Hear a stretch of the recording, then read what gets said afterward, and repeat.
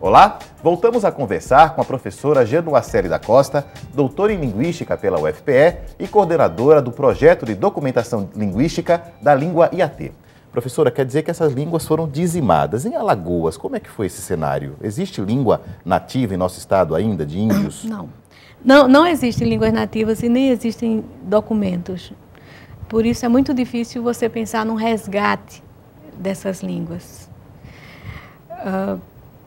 Mesmo as fontes históricas que não falam de língua, mas que falam desses povos, elas não são muito explícitas. A gente tem muita dificuldade para descobrir, por exemplo, quem são esses povos, onde eles viviam antes. Porque nós sabemos que eles viviam em uma região e foram empurrados, né, pelo progresso, pela colonização, eles foram empurrados para outra região. Geralmente da costa para o interior. Da costa para o interior, né? E no caso dos Cariri, que são considerados índios não tupi, mas tapuia, né? Os chamados tapuia brasileiros, que viviam menos na costa e mais para o sertão. O que aconteceu com esses índios é que eles foram também aldeados em missões jesuíticas no princípio, quando os jesuítas começaram a catequese. Então você tem um grupo, por exemplo, Cariri Chocó, de Porto Real do Colégio. Cariri Chocó, nós temos o Açu-Cocal também, não é? O Cariri Chocó, por exemplo. Cariri Chocó é um grupo que tem Cariri, que tem Chocó, mas provavelmente eles têm muitas outras etnias ali, porque é uma aldeia Isso missão. Na região de Porto Real, não é? Na região de São Francisco. É uma missão jesuítica. Colocou um monte de índios lá. Para quê? Para proteger dos bandeirantes que pegavam para escravizar, dos criadores de gado que dizimavam para limpar as áreas para pastagem, né, para ficarem com a terra para pastagem, dos mineradores, os bandeirantes normalmente faziam isso. Então, o que você tem é que é muito difícil a gente identificar com muita clareza quem eram esses índios, de onde eles vieram, se eles estavam aqui. Enfim, é um trabalho muito grande que, infelizmente, ninguém está conseguindo dar conta. Que fique possibilitado por essa falta de registro histórico, não é? Agora, essa visão de que os portugueses impunham a língua, não é? Essa não era a preocupação inicial do colonizador, não é isso? Não, os primeiros colonizadores, a preocupação deles era explorar, não é? Questão material mesmo. Né? Então, se eles conseguiam se comunicar com os índios, fosse falando uma mistura de português com uma língua mais falada na costa, que era onde eles chegavam primeiro, estava bom para eles. Não tinha essa preocupação de você não pode falar essa língua, não tinha essa imposição. Agora, os jesuítas também não fizeram muito isso. Os jesuítas se preocuparam muito em aprender o tupi, que era uma língua mais geral, mais falada, para catequizar. E eles usavam muito um tipo de pessoa, um profissional que tinha aqui naquela época, que era o que eles chamavam língua, que era um europeu, que tinha chegado no Brasil, que tinha ficado muito bem integrado numa aldeia indígena, tinha aprendido a língua, então ele era usado como intérprete. Tá? Então eles aprendiam muito isso. Agora, como era uma coisa religiosa, o que você tinha? Você tinha que os melhores índios eram levados para os colégios, e depois eram mandados para a Europa, e se transformavam em missionários também. A gente tem alguns casos desses. Eu não sou historiadora, eu não posso falar com muito conhecimento de causa, mas a gente sabe que existe isso. E não necessariamente uma imposição do português, tanto que até o século XVIII, a língua falada na costa do Brasil, tanto pelos nativos como pelos europeus, era a língua geral, que a gente conhece como Nhangatu. Até o século XVIII. Até o século XVIII. Ela era muito falada na costa toda para a comunicação, que era o que a gente chama,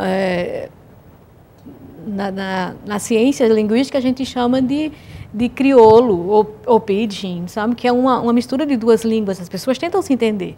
Quer dizer, de 500 anos de colonização, então, a hegemonia do português é metade desse tempo.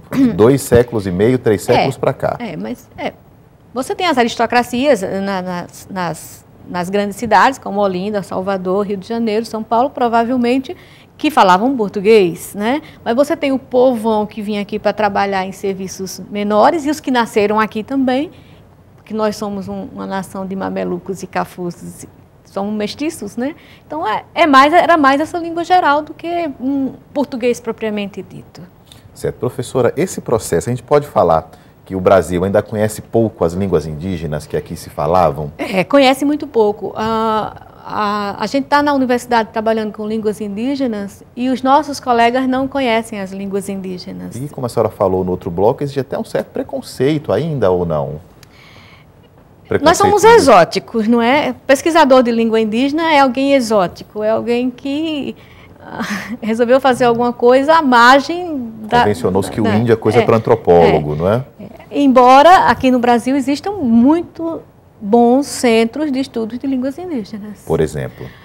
O NB, por exemplo, que eu tenho o professor Arion lá, e tem um laboratório de línguas indígenas. A UFRJ, principalmente o Museu Nacional, tem bons pesquisadores de línguas indígenas. A Universidade de Pernambuco, que tem também pesquisadores em línguas indígenas.